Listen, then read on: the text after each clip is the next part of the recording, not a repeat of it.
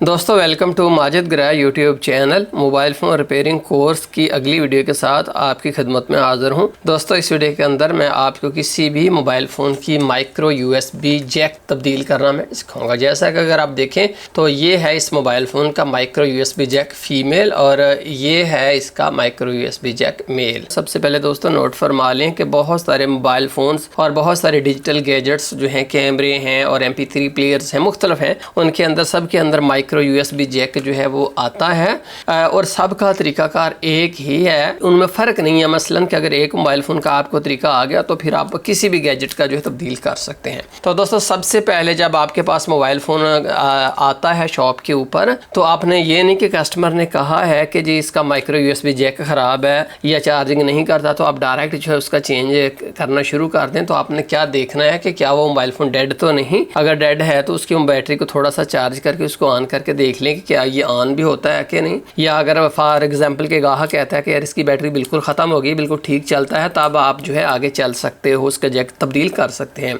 सबसे पहले दोस्तों आपने क्या करना है, जब भी आपके पास आता है तो आपने कोई भी चार्जर लेना है। जैसे अगर आप देखें तो ये मेरे पास एक सैमसंग का चार्जर है, इसके आगे मैंने जो है USB एम्पेयर मीटर लगाया हुआ है। आपने इस तरह का ले लेना है चार्जर, उसके आगे USB एम्पेयर मीटर आपने रखना है। जो भी आपके पास मोबाइल फ़ोन चार्जिंग के हवाले से आएगा सबसे पहले आप इसके ऊपर उसको टेस्ट करेंगे। इसके ऊपर वोल्टेज बताई जा रही है, नीचे एम्पेयर होते हैं और फिर वोल्टेज और एम्पेयर को जो है मल्टीप्लाई करके ज़रब करके यहाँ पर वाट बता दिया जाता है कि इतने वाट के ऊपर ये जो चार्जिंग हो रही है। तो हम यहाँ पर जो है एम्पेयर को डिस्कस करेंगे कि कितने एम्पेयर हैं, इस हवाले से हम जो है चलेंगे। तो दोस्तों अगर आप चाहें तो ये USB मीटर भी ले सकते हैं। इसके अलावा USB चार्जिंग हब या USB चार्जिंग स्टेशन भी आपको मिल जाता है, जिसके ऊपर ज़्यादा पोर्ट्स होती है, वो भी आप ले सकते हैं। बट ये डिवाइस होनी चाहिए जब भी आप चार्जिंग के हवाले से मामलात को डिस्कस कर रहे हों। तो उसके बाद आपने क्या करना है कि आपने USB लीड लेनी है, इसके अंदर लगा देनी है। और ये देखिए ये मेरे पास एक मोबाइल फ़ोन है बटनों वाला, अब यहाँ मैंने इसको लगा दी, ठीक है। और यहाँ पर अगर आप देखें दोस्तों एम्पेयर देखें तो इसने चार्जिंग स्टार्ट ही नहीं की। अब मैं क्या करूँगा कि मुझे पता चल गया कि यार ये मोबाइल फ़ोन का जो ये USB जैक के ख़राब है, ऐसे ही है नहीं। यहाँ मैंने आपको एक और पॉइंट ज़रूरी देना था कि एक तार पर आपको कभी भी भरोसा नहीं करना चाहिए जब तक आप 2-3 लीडें उसको लगाकर नहीं देख लेते, क्योंकि बास का जो लीड होती है आपकी, मिसाल के तौर पर ये जैक है ना, तो इसके साथ सुलह तो नहीं है। अगर और लगाकर देखते हैं शायद वो चार्जिंग करने लग पड़े। तो ये देखें, हालांकि लीड वो भी ठीक थी, ख़राब नहीं थी, लेकिन वो इसके साथ कंपेटेबल नहीं हुई। तो यहाँ पर अगर आप दोस्तों देखें तो 0.41 एम्पेयर के ऊपर चार्जिंग हो रही है। दोस्तों मैं आपको यहाँ पर एक बड़ा ही अहम पॉइंट बताना चाहता हूँ कि 0.40 से नीचे कभी भी कीपैड मोबाइल फ़ोन की चार्जिंग नहीं आनी चाहिए। अगर कीपैड मोबाइल फ़ोन है उसकी चार्जिंग 0.40 से नीचे है, 0.35 है या 32 है, इस तरह से, तो समझ लें कि अब उसका जो है कुछ ना कुछ मसला है। हो सकता है कि आपकी लीड के अंदर मसला हो सकता है कि इस जैक के अंदर मसला हो, मेल के अंदर मसला हो या फीमेल के अंदर मसला हो, और तीसरी अहम बात यह है कि हो सकता है कि उसकी बैटरी के अंदर कोई इशू हो। इनमें से किसी भी वजह से जो है चार्जिंग का इशू आ सकता है। और जब दोस्तों आपके पास कोई स्मार्टफोन हो उसका भी मैं आपको बता देता हूँ। तो अगर आप स्मार्टफोन को चार्जिंग करते हैं तो यहाँ पर अगर आप देखिए तो ये देखिए, तो यहाँ पर दोस्तों 6 वाट आ चुके हैं, ठीक है। और ये एम्पेयर जो है 1.27 एम्पेयर के ऊपर हो रही है। और दोस्तों नोट फरमा लीजिए कि जब भी आपके पास स्मार्टफोन हो तो उसकी चार्जिंग 0.70 इससे नीचे होगी तो वो मोबाइल फ़ोन अपनी बैटरी फुल करेगा ही नहीं। अमूमी तौर पर 0.70 से ऊपर ही आनी चाहिए, ये पक्की बात है। इससे नीचे फिर कोई ना कोई इशू ज़रूर होता है। ऐसी सूरत में जो है आप इशू फेस करना पड़ सकता है। तो मैंने आपको दोनों का ही बता दिया कि अगर स्मार्टफोन है तो 0.70 और अगर फीचर फ़ोन है तो 0.40 से नीचे चार्जिंग नहीं आनी चाहिए। और इसके अलावा दोस्तों जब आपके पास मोबाइल फ़ोन आता है, आपने देखा कि ये जैक जो है हिल रहा है, तब तब्दील किया जाएगा। अगर ये जंग आलूद है, गंदा है, तब तब्दील किया जाएगा। तब आपको जो है ज़्यादा इंक्वायरी करने की भी ज़रूरत नहीं। गंदा कनेक्टर, टूटा हुआ या जंग आलूद तो हर सूरत तब्दील होगा, लेकिन अगर बिल्कुल नया लग रहा है तो आपने कम से कम 2-3 केबलें ज़रूर लगा कर देख लेना है कि कन्फर्म हो जाए। दोनों तीनों केबलें नहीं उठाता तो अब कन्फर्म हो जाएगा कि इसके जैक का इशू है। अच्छा जी, जब आपको कन्फर्म हो जाएगा जैक का इशू है तो उसके बाद आपने जो है आप मोबाइल फ़ोन को खोलना शुरू कर देना है। उसके अलावा दोस्तों याद रखें कि बास का चार्जिंग एरर कहता है या वो टेम्परेचर हाई टेम्परेचर कहता है या टेम्परेचर लो कहता है, तो ये जो मसले मसाइल हैं ये दरअसल इसकी चार्जिंग बेस के नहीं होते, चार्जिंग जैक के नहीं होते, ये इसके अंदर IC के इशू होते हैं। लेकिन इस इशू में भी पहला जो आगाज़ है वो चार्जिंग बेस से ही किया जाता है। याद रखिए कि चार्जिंग के हवाले से शॉप के ऊपर आपके पास कोई भी मसला आता है ना, तो आपने उसका आगाज़ जैक से करना है। चार्जिंग के रिलेटेड कोई भी मसला आ गया तो जैक तो हर सूरत बदलिया जाना ही जाना ना, इससे बाद में चाहे कुछ भी हो जाए ये तो मतलब कि कहने का बिस्मिल्लाह है ना, ये तो लड्डू है ना, इसको तो आपको खाना ही खाना है, इसको तो तब्दील करना ही करना है जब भी चार्जिंग के हवाले से कोई इशू आपके पास आता है। तो इसके मैंने जो पेज खोल लिए हैं तो ये देखिए, आमतौर पर दोस्तों एंड्रॉयड का सब PCB होता है, उसके ऊपर ये इसका जैक लगा हुआ होता है। तो आपने अब क्या करना है, सबसे पहले आपने इसका ये जो है ना कनेक्टर, इसको आपने रिमूव कर देना। ये लीजिए मैंने रिमूव कर दिया। उसके बाद आपने ये जो होती है ना कोएक्सियल केबल, इसको भी रिमूव कर देना है और PCB को बिल्कुल फ्री कर लेना, आज़ाद कर लेना। आज़ाद करने के बाद अब आपने इसको जो है यहाँ से उठाना है। इसके लिए आप ये कोई ट्यूज़र वगैरह लेकर यहाँ से उसको डालकर उठा सकते हो। लेकिन दोस्तों यहाँ पर एक पॉइंट नोट फरमा लीजिए कि जब आप इसको उठाने की कोशिश करते हैं ना, बास का नीचे इसके एडहेसिव ग्लू वगैरह लगा हुआ होता है, एडहेसिव ग्लू लगा होता है जिसकी वजह से ऊपर उठता नहीं। तो ऐसी सूरत में आपने पता क्या करना है, ऐसी सूरत में आपने इसका एक हीट गन का आपने टेम्परेचर 150 सेंटीग्रेड रख के इसको हीट करना शुरू कर देना, 150। और उसके बाद आपने यहाँ से इसको उठा लेना। इसका तो ये तो प्यार से उठ गया, बट जो नहीं उठता नीचे से चिपका हुआ हो 150 सेंटीग्रेड हॉट एयर का टेम्परेचर, उससे गर्म करके आपने उठाना है। तो दोस्तों जो मसाइल यहाँ पर नहीं आएंगे वो भी मैं इंशाल्लाह आपको बताता जाऊँगा, क्योंकि मैं आपको यूनिवर्सल अंदाज से बताऊँगा कि इस वीडियो के अख्ताम पर आपको जो है कोई भी प्रॉब्लम ना फेस करना पड़े। तो उसके बाद दोस्तों जैसे अगर आप देखें तो यहाँ पर इसके ऊपर एक रबड़ सी चढ़ी हुई है, इसको आपने रिमूव करना है। उसके बाद अगर आप देखें ना दोस्तों यहाँ पर तो ये काला सा जो है ब्लैक ग्लू लगा हुआ है। ये कुछ चार्जिंग बेसों के ऊपर नहीं होता, कुछ के ऊपर होता है। अच्छा है कि इसके ऊपर काला ग्लू लगा हुआ ताकि मैं आपको बता सकूं कि अब हमने इसको कैसे हैंडल करना है। अब हम ये काला ग्लू भी रिमूव करेंगे, चार्जिंग बेस को भी रिप्लेस करेंगे। अब यहाँ पर बहुत ही अहम स्टेप जो है वो शुरू हो गए हैं कि दोस्तों आपने इससे आगे क्या चलना है। तो दोस्तों एक बात नोट फरमाएं कि जब मैं यहाँ पर 380 सेंटीग्रेड टेम्परेचर डालूंगा ना इस जैक का उतारने के लिए, तो देखें पास ये कितना छोटा सा मेम्स माइक है, इसके अंदर अपनी एक चिप होती है लगी हुई। ये देखिए IC लगा हुआ, कितने बारीक बारीक कंपोनेंट्स लगे हुए हैं। तो 380 सेंटीग्रेड तो इनको डिस्ट्रॉय कर देगा ना 1.5 इंच तक, यानी कि यहाँ तक ये पूरे PCB के कंपोनेंट डिस्ट्रॉय हो सकते हैं। और इसके अलावा यहाँ पर देखिए सब PCB का जो मेन PCB से कनेक्टर है ना, ये इसके अंदर प्लास्टिक है, ये भी पिघल जाना है। नए लोगों का तो बिल्कुल ख़ास तौर पर तवज्जो उन्हें रखनी चाहिए। तो अब यहाँ पर सुनिए आपने क्या करना है। दोस्तों आप कहेंगे जो फ़लाँ बंदा है वो मैं नेट पर देखा, फ़लाँ उस्ताद है वो तो नहीं लगाता। भाई अगर आप मेरे दोस्त हैं, मेरे भाई हैं, तो फिर मेरे वाले स्टेप्स को फॉलो कीजिए, इंशाल्लाह कभी आपको गलत स्टेप नहीं बताऊंगा। तो इसके लिए देखें निटो की टेप है, ये आपने इसमें से एक पीस लेना है। ये देखिए इससे सबसे पहले हमने इसके माइक को कवर करना है। ये देखिए माइक के ऊपर मैंने लगा दी और उसके बाद मैंने यहाँ से हर तरफ से इसको बिठा दिया। और यहाँ पर भी देखें, यहाँ भी इसका सुराख था, इसके ऊपर भी आ गए। ये लीजिए, अब ये जो मैंने टेप लगाई ये माइक को लिक्विड से बचाने के लिए, क्योंकि यहाँ पर लिक्विड भी आएगा ना। तो उसके बाद आपने दोस्तों ये देखिए, ये मेरे पास है रुई। ये रुई का इतना सा आपने ज़रा जो है ले लेना, थोड़ा सा ले लेना। इसको आपने इस माइक के बिल्कुल ऊपर रख देना है। ये माइक के इसके ऊपर रख दिया। उसके बाद दोस्तों ये देखें, ये मेरे पास पेपर टेप है, पेपर टेप, कागज़ वाली टेप, ठीक है, नोट वगैरह जोड़ने के लिए, ये बहुत सारे मकासद के लिए लोग यूज़ करते हैं। तो ये बड़ी ज़बरदस्त हीट रेजिस्टेंस टेप है। ये इसका आपने एक पीस लेना है और यहाँ से अगर आप देखना है कि जी इसका आखिरी पॉइंट ना, आखिरी टांका यहाँ पर है ना, तो इससे थोड़ा सा पीछे छोड़कर आपने लगा देना है।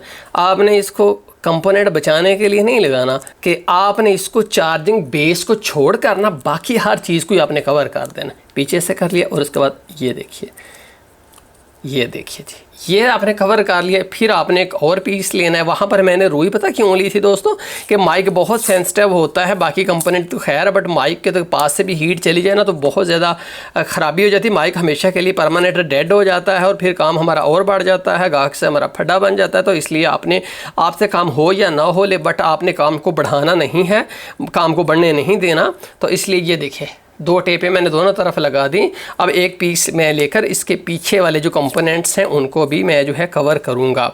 ये हीट जो है बड़ी ज़ालिम चीज़ है यार, ये डिस्ट्रॉय कर देती है चीज़ों को। तो ये देखिए जी, यहाँ पर भी मैंने लगा दिया। मैं हमेशा ये आपको दिखाने के लिए नहीं, जब भी मैं शॉप के ऊपर अपना काम भी करता हूँ, मेरा यही एक अंदाज़ है जो कि मैंने मिस्टेक से, प्रॉब्लम से सीखा है, अपने उस्तादों से सीखा है, तो मैं आपको भी बताता रहता हूँ। ये देखिए अब सिर्फ क्या हुआ है कि अब ये चार्जिंग बेस को छोड़कर बाकी हर चीज़ को अगर आप देखें तो कवर कर दिया, ये मस्ट है। अच्छा जी, उसके बाद आपने ये देखें मेरे पास है दोस्तों smartphone PCB holder, mobile phone PCB holder कह लें कि मदरबोर्ड होल्डर कह लें, कुछ भी कह लें। इसके अंदर मैं लगाकर यहाँ से पीछे से इसको टाइट कर देता हूँ।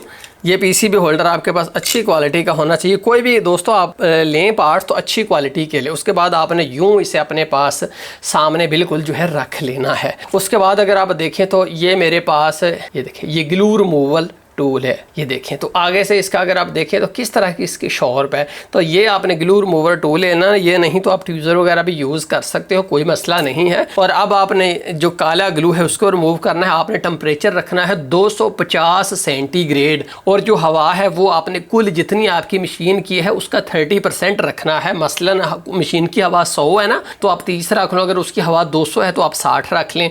अगर उसकी हवा 10 है तो आप 3 रख लें, ठीक है, या 4 रख लें। तो उसके बाद अब हमने इसको रिमूव करना है। दोस्तों हमने 250 सेंटीग्रेड टेम्परेचर रख लिया है, और अब हम इस काले ग्लू के ऊपर जो है हमने अपनी हीट को मारना शुरू कर दिया है।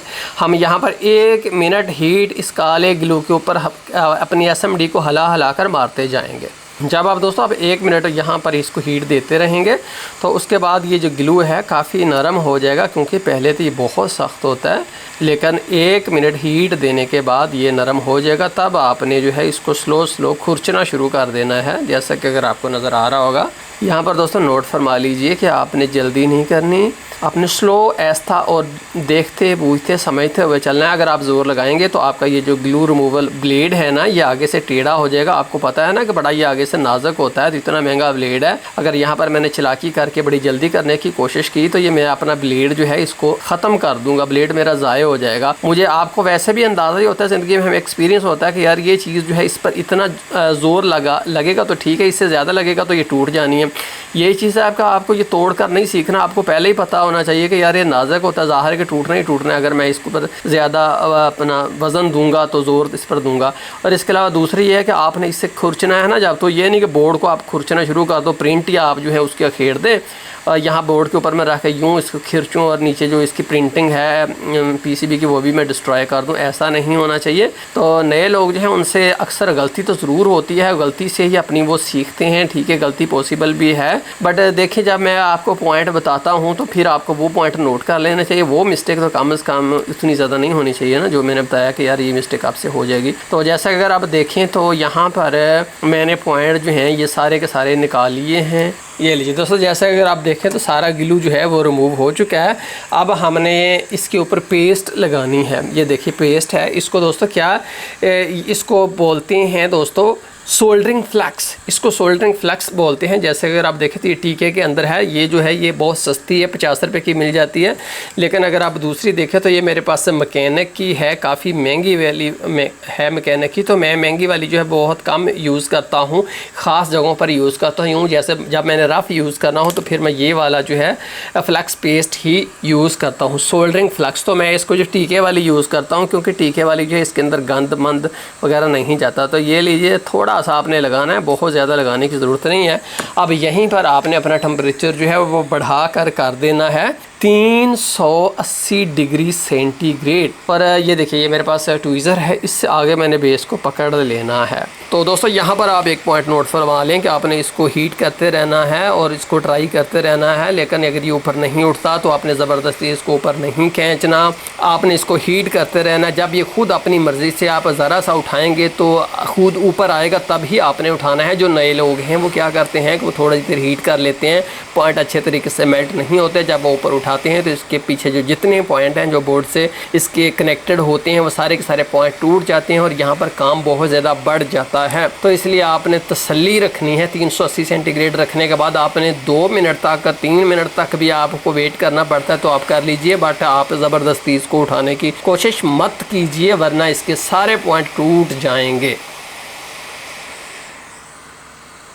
ये लीजिए, हमने अपने जैक को रिमूव कर लिया है। अब दोस्तों इसको मैं घुमाकर यूँ अपनी तरफ कर लेता हूँ। ये देखिए, यूँ मैंने इसको अपनी तरफ कर लिया और उसके बाद दोस्तों हमने यूज़ करनी है डी सोल्डरिंग वायर। जैसा कि अगर आप देखें तो ये डी सोल्डरिंग वायर है मैकेनिक की। इसको डी सोल्डरिंग वायर भी बोलते हैं, इसको सोल्डरिंग विक भी बोल लेते हैं। तो इसकी जो लेंथ है वो है 1.5 मीटर और इसकी जो विड्थ है ना, ये जो धागा है इसका आगे से देख रहे हैं ये वाली, ये है 1.5 mm विड्थ का। तो 2 का भी मिल जाता है, 2.5 का भी मिल जाता है, बट मोबाइल फ़ोन रिपेयरिंग के लिए 1.5 mm विड्थ वाला काफ़ी है। इसमें से आपने 1 इंच के करीब या उससे थोड़ा सा छोटा पीस आपने काट लेना है। ये देखिए, इतना सा पीस आपने जो है इसमें से काटना है। उसके बाद आपने ट्वीज़र से इसको जो है पकड़ लेना है। ये देखिए, ये पकड़ लिया मैंने इसको और उसके बाद दोस्तों आपने इसके ऊपर जो फ्लैक्स पेस्ट लगा देना है। ये देखिए, सस्ते वाला जो फ्लैक्स है इस विक के ऊपर थोड़ा सा, ये बहुत ज़्यादा नहीं लगा हुआ, ये थोड़ा सा लगा हुआ। ये देखिए, कुछ लोग कहते हैं कि ज़्यादा लगा लेते हैं, वो फिर ज़्यादा बाद में फिर साफ़ भी करना पड़ता है।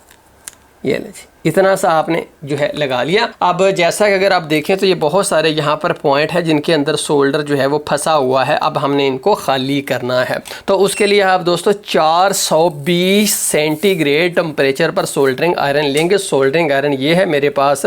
जैसा कि अगर आप दोस्तों देखें तो ये T210 है, यानी कि C210 बिट इसके अंदर डलती है, C210 और type SI। Mobile phone repairing के लिए बेस्ट टिप है, बेस्ट टिप C210 बिट और उसकी टाइप जो है वो SI। तो इस पर मैं तफसील से पहले बता चुका हूँ कि मैं क्या यूज़ करता हूँ। सोल्डरिंग के हवाले से बड़ी यहाँ पर जो चार्जिंग बेस का जो प्रोसेस है इसके अंदर सोल्डरिंग बड़ी ही ज़बरदस्त उसका किरदार है ये सक्सेसफुल बेस लगाने में। सोल्डरिंग के बारे में तो ये ज़रूर आपको तफसील से मुकम्मल मालूमात होनी चाहिए। तो इसके बारे में एक ट्यूटोरियल बना चुका हूँ। अब यहाँ पर जो है इस चीज़ को हम लेकर नहीं चलेंगे, वो ट्यूटोरियल आप देख सकते हैं। अच्छा जी, अब आपने विक को रखना है इस पॉइंट के ऊपर और इसके ऊपर आपने जो है अपने सोल्डरिंग आयरन को रख देना है। ये देखिए, थोड़ा सा आप रखेंगे तो वो सारे का सारा जो सोल्डर है उस पॉइंट में से चूस लेगा। ये देखिए, फिर यहाँ पर आप रखिए और यूँ, फिर यहाँ पर रखिए और ऊपर से यूँ आपने प्यार से राउंड शेप के अंदर घुमाना है तो वो वहाँ से सारा सोल्डर जो है वो चूस लेगा। ये देखिए जी, ये लीजिए जी। जैसा कि अगर आप देखें तो हमने तमाम पॉइंट से जितना भी सोल्डर था यहाँ से उठा लिया है, बट फ्लक्स और गंदमंद अभी भी बहुत ज़्यादा है तो उसके लिए आपने इसको साफ़ करना है। तो जैसा कि अगर आप देखें तो छोटी सी डिबिया है मेरे पास, इसके अंदर मैंने रुई रखी हुई है। यहाँ से मैं थोड़ी सी रुई निकालता हूँ, इसको मैं यूज़ कर लेता हूँ। अब इतनी सी रुई मैंने लेनी है और अपनी ट्वीज़र लेनी है। ट्वीज़र के ऊपर दोस्तों इसको यूँ लपेट लेना है और उसके बाद ये अगर आप देखें तो ये मेरे पास जो है लिक्विड नीडल बोतल है, लिक्विड नीडल बोतल। तो इसके अंदर मैंने लिक्विड भरा हुआ है। आगे से अगर आप देखें तो नीडल है, नीडल इसके आगे से शार्प नहीं है, वैसे ही है। तो यहाँ से मैंने चंद कतरे इसके ऊपर रुई के ऊपर डालने होते हैं और उसके बाद मैंने यहाँ से अच्छे तरीके से इसको साफ़ कर लेना होता है। ये देखिए, ये लीजिए जी। जैसा कि अगर आप देखें तो यहाँ से हमने सब कुछ रिमूव करके साफ़ सुथरा कर लिया। दोस्तों जब आप सफाई कर लें तो उससे अगला मरहला नई चार्जिंग बेस इंस्टॉल करने का है। जैसा कि अगर आप देखें तो मेरे हाथ में चार्जिंग बेस है, ये जैसी पहली है बिल्कुल वैसी ही होनी चाहिए 100%। अगर ये उससे मुख्तलिफ है कोई और आप इसकी जगह के ऊपर फ़िट करने की कोशिश करोगे तो एक तो वो होगी नहीं, लेकिन अगर आपने जो है काट वड के उसको फ़िट कर भी लिया तो वो बहुत जल्दी ख़राब हो जाएगी, उसकी मजबूती नहीं आएगी और जब बाद में वो टूटेगी तो साथ PCB को भी तोड़ देगी, क्योंकि वो PCB के पॉइंट इतने मजबूत नहीं होते, इसके जो पॉइंट हैं ये भी कुछ कमज़ोर ही होते हैं। तो इसलिए आपने जो जेन्युइन बेस है उसको ही यूज़ करना है। ये लीजिए जी, यहाँ पर मैंने बेस रख दी और उसके बाद जब आपने रख दी तब आपने देखना है इसको आगे पीछे हिलाकर तमाम पॉइंट्स के ये इसके सीध में है, ये सीध में, सारे पॉइंट सीध में हैं, कोई ऐसा होता नहीं कि कोई पॉइंट आगे पीछे हो। उसके बाद दोस्तों आपने अपना सोल्डर वायर लेना है। जैसा कि अगर आप देखें तो ये मेरे पास मैकेनिक का 0.4 mm का यानी कि 0.4 mm का है। ये यहाँ पर लिखा भी होगा, मैं आपको दिखा देता हूँ। ये देखिए 0.4 mm का है, ये कोई मोटा नहीं है। आम आप जो यूज़ करते होते हैं ना, आम इस्तेमाल करते हैं, वो 0.8 mm का होता है। ये देखें तो ये उससे बारीक वायर 0.4 mm का होता है। तो ये आपने यूज़ करना है। और बिट का तो आपको मैंने पहले ही बता दिया है कि C210 और SI बिट जो है वो बड़ी बारीक होती है ना, तो बड़ा अच्छा काम कर लेती है, हीट बड़ी ज़बरदस्त वो ट्रांसफ़र करती है। वरना ये जो आम बिटें होती हैं तो हीट ही नहीं ट्रांसफ़र करती, गंद बच जाता है उससे। तो ये आपने यूज़ करना है। और इसके अलावा अगर आप देखें ना, यहाँ पर मैं आपको बताता चलूँ कि इसमें 6337 है, 6337 आपने यूज़ करना है। इसमें और भी होते हैं, HXT100 अगर आप लेंगे तो फिर 6337 ही मिलेगा, जो कि 183 सेंटीग्रेड के ऊपर जो है पिघलता है। आइए जी अब हम बेस लगाने की तरफ आते हैं। तो सबसे पहले आपने इसके चारों पॉइंट जो साइडों वाले हैं ना वो लगाने हैं, ठीक है। देखिए इस तरफ से आप शुरू हो जाइए। सबसे पहले आपने वायर रखना होता है। ये नोट फरमा लें कि कोई भी आपने काम करना है ना, तो सबसे पहले आपने वहाँ पर वायर को रखना। वायर रखा और उसके बाद आपने ये लीजिए जी। अब ये देखिए थोड़ी सी इस तरफ हो गई है तो कोई बात नहीं, ये लीजिए बिल्कुल सेंटर में हो गई। अब बाकी पॉइंट कोई भी नहीं हिलेगा। जब एक लग जाए ना तो ये देखिए, बहुत ज़्यादा नहीं यहाँ पर आपने लगाना होता कि बहुत ज़्यादा लगाएंगे बड़ी अच्छी मजबूती आएगी। बस उतना सा ही लगाना जब आपने रिमूव किया था ना, तो जितना था। ये लीजिए जी, चारों पॉइंट आपके जो है लग गए। अब दरमियान वाला पॉइंट जो है इसकी बारी आ गई है हमारी। तो इसको थोड़ा सा लगाना टेक्निकल है। सबसे पहले मैं इसके ऊपर रख के थोड़ा सा आगे से सोल्डर वायर को काट लूँगा, ताकि ना बाज़ का तो आगे मरोड़ी सी बनी होती है ना, वो ना हो, क्योंकि आगे अगर मरोड़ी बन जाए ना तो फिर वहाँ से वो गेंद बनती रहती है। अब बेहतरीन साफ़ सुथरी बिट मैं निकाल रहा हूँ साइड के ऊपर। उसके बाद ये देखिए, सोल्डर वायर को पहले इस पॉइंट पर रखना है, रख दिया। अब आपने टच करना है, ये देखिए। फिर देखिए नेक्स्ट, दोबारा प्रैक्टिस। पहले सोल्डर वायर को रखा, 420 सेंटीग्रेड टेम्परेचर है। फिर मैंने जो है बिट को टच किया और ये वायर को पीछे कर लिया। फिर पहले वायर रखा, ये देखिए हिल भी रहा ना। ऊपर से सोल्डरिंग वायर की बिट को रख दिया और वायर को पीछे कर लिया। फिर रखा, ये देखिए, ये लें जनाब। 1 मिनट में हमारे टांके लगे, कोई लंबा जोड़ा हमें करना ही नहीं पड़ा। यहाँ पर दोस्तों मैं आपको एक और अहम पॉइंट बताना चाहूँगा कि बाज़ का जब हम सोल्डर वायर यूज़ करते हैं तो पॉइंट आपस में मिल जाते हैं। जैसे कि अगर आप देखें तो ये देखिए, ये पॉइंट आपस में मिल गया है ना। इस तरह से अगर पॉइंट मिल जाएँ तो उसका क्या सोल्यूशन है? तो उसका सोल्यूशन दोस्तों, जैसे अगर आप देखें तो ये इंजेक्शन वाली नीडल है। एक मैंने इंजेक्शन लिया मेडिकल स्टोर से, तो उसमें से सुई मैंने जो है निकाल ली। ये सुई मैं बड़ी इस्तेमाल करता हूँ। इसको मैंने क्या करना होता है कि यहाँ पर इस पॉइंट पर मैं रख दूँगा दोनों के दरमियान में, ठीक है। पहले दरमियान में रख दिया। अब सोल्डरिंग आयरन से टच कीजिए, ये लीजिए जी, छूट गया। अब इसको अलहदा टच कर दीजिए, उसको अलहदा कर दीजिए। दोस्तों यहाँ पर एक और पॉइंट है, नोट फरमाएं कि जैसा कि अगर आप देखें तो ये पीसीबी अगर आप देखें तो यहाँ से ये सारे जो हैं प्रिंट ही उखड़ चुके हैं। अगर इस तरह का पीसीबी आपके पास आ जाता है तो उसका क्या सोल्यूशन है? तो जैसे अगर आप देखें तो यहाँ पर जो चार्जिंग पोर्ट है ना, उसके हम टांके कहाँ पर लगाएंगे, तो इसका मैं आपको बता देता हूँ कि क्या सोल्यूशन है। जैसा कि अगर आप देखें तो ये प्रिंट अभी उखड़ा हुआ है, जो उखड़े हुए हैं उसका तो फ़ायदा ही नहीं, उसको तो आपने वैसे ही रिमूव कर देना। ये देखिए, अब उसके बाद आपने क्या करना है कि देखिए चार्जिंग पोर्ट जो अगर यहाँ पर है तो अब हम यहाँ पर तो लगा नहीं सकते क्योंकि दोनों तरफ प्रिंट है ही नहीं, यहाँ पर भी नहीं लगा सकते। अब दूर दूर से हमने लेकर आने, तो इसलिए आपने उससे आगे जितना भी पीसीबी है उसको छील लेना है। याद रखिए कि जो आपने छीलना है ना वो ग्राउंड वाला होना चाहिए। ऐसा नहीं कि कोई उसका पॉजिटिव पॉइंट हो, कोई और चीज़ हो, उसको आप छील दें। जितना भी आपने छीलना है पीसीबी को वो सारे ग्राउंड वाला एरिया हो। अपने मल्टीमीटर से चेक कर लेना है कि क्या वो ग्राउंड वाला एरिया ही है। बेस को हमने अपनी जगह के ऊपर रख दिया, ठीक है, और इसके पॉइंट बिल्कुल सीधे हैं। अब हमने सिर्फ एक पॉइंट, कोई एक टांका इसका लगाना है। इस तरफ वाला मैं लगा लेता हूँ। पहले बोर्ड के ऊपर मैंने सोल्डर लगाया। अब उसके बाद मैंने बेस के ऊपर हाथ रख के ना थोड़ा सा इस तरफ को सोल्डर को कर देना है ताकि कहीं से चिपक जाए। ये देखिए टांका लग गया। उसके बाद आपने चार्जिंग पोर्ट लेनी है, कोई भी ख़राब USB वाली मेल टाइप जो है आप ले लेनी है। इसको इस पिन के अंदर डाल देना है। ये लीजिए फुल डाल दिया। अब हम बाकी सारे टांके लगा सकते हैं।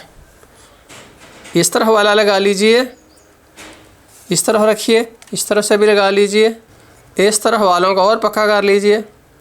अब ये देखिए तो दोस्तों अब जो है ये पॉइंट यहाँ से इतना एरिया इसको मिल गया है, इस तरफ से भी इतना एरिया इसको मिल गया। तो अब ये जो इसके अंदर मैंने जैक डाला था इसको मैं बाहर निकाल सकता हूँ। ये जैक मैंने इसलिए डाला था कि इसके अंदर सोल्डर ना चला जाए। अगर आपको ख़तरा हो ना कि सोल्डर पॉइंट के अंदर ना चला जाए तो इस तरह का आप उसके अंदर भी डाल सकते हैं। उसके बाद आपने जो है वही लेनी है नीडल लिक्विड बोतल, उससे चंद एक ड्रॉप्स यहाँ पर डाल देने हैं और दांतों वाले बुरे से अच्छे से इसकी सफाई कर देंगे। और सफाई करने के बाद एक दफ़ा आपने इसका मुआयना करना है कि क्या ये पॉइंट ठीक है, यहाँ पर किसी तरह का कोई गंदमंद तो नहीं या कोई पॉइंट टूटा हुआ तो नहीं। अगर कोई पॉइंट टूटा हुआ होगा तो यहाँ पर आपको नज़र आ जाएगा और हम उसको पक्का कर लेंगे। जैसा कि अगर आप देखें ना तो सारे पॉइंट जो हैं वो बेहतरीन लगे हुए हैं, कोई पॉइंट नहीं टूटा हुआ। तो ये आपने कन्फर्म जो है वो कर लेना है। उसके बाद दोस्तों हमने सब PCB को निकाल लेना है और ये जो रबड़ थी हमने उतारी थी, इस रबड़ को अपनी जगह के ऊपर ही लगा देना है क्योंकि ये जो रबड़ होती है ये मोबाइल फ़ोन के अंदर पानी जाने से भी बचाती है, इसके अलावा डस्ट कचरे वगैरह से बेस को ख़राब होने से भी बचाती है। तो जिस चीज़ को आपको समझ नहीं है वो जैसे है वैसे ही रख देना है। स्ट्रिप को लगा दीजिए और कोएक्सियल केबल को भी लगा दीजिए। और अब हमने इसकी चार्जिंग चेक करनी है। हमने इसकी चार्जिंग चेक किए बगैर गाहक को नहीं देना। ये लीजिए दोस्तों ये 6 वाट के ऊपर चार्जिंग कर रहा है, इसका मतलब है ये बिल्कुल ठीक है। 5 वाट के 5 वाट 6 वाट 4 वाट ये ठीक होता है। 4 वाट से ऊपर ही होना चाहिए, इससे नीचे नहीं होना चाहिए। तो ये अच्छी चार्जिंग होती है, ठीक होती है, गुजारे लायक। वरना तो ये 15-15 वाट के ऊपर भी चार्जिंग जो है वो कर जाते हैं। तो दोस्तों बहुत शुक्रिया माजिद ग्राई यूट्यूब चैनल देखने का। तो ये थे चार्जिंग बेस के हवाले से आपको मालूमाती वीडियो। मुझे उम्मीद है कि आपकी मालूमात में इजाफा हुआ होगा। दोस्तों एक और बात यहाँ पर नोट फरमा लीजिए कि चार्जिंग पोर्ट को तब्दील करना ये नहीं है कि जो आपको एक ही दिन में आ जाएगा। ये जो काम होते हैं ना इनके लिए मुसलसल जो है वो होनी चाहिए हमारी प्रैक्टिस, तजर्बा और प्रैक्टिस ये बहुत ज़रूरी है। मालूमात तो आपको हासिल हो जाती हैं लेकिन इस मालूमात को कम अज़ कम आपको 20 दफ़ा जो है वो अप्लाई करना होगा। आप जाइए शॉप के ऊपर, वहाँ से सब PCB ख़रीद लीजिए, ख़राब ख़रीद लीजिए, नए ख़रीद लीजिए और चार्जिंग पोर्ट सस्ती होती हैं वो ख़रीद लीजिए। आकर इसकी प्रैक्टिस कीजिए। मेरा ख्याल है कि 3 दिन में आपको जो है चार्जिंग पोर्ट तब्दील करनी आ जाएगी। बहुत शुक्रिया। पसंद आने की सूरत में लाइक कर दें तो मुझे बहुत अच्छा लगता है, कमेंट्स करें तो मुझे बहुत अच्छा लगता है। बहुत शुक्रिया। अल्लाह हाफ़िज़।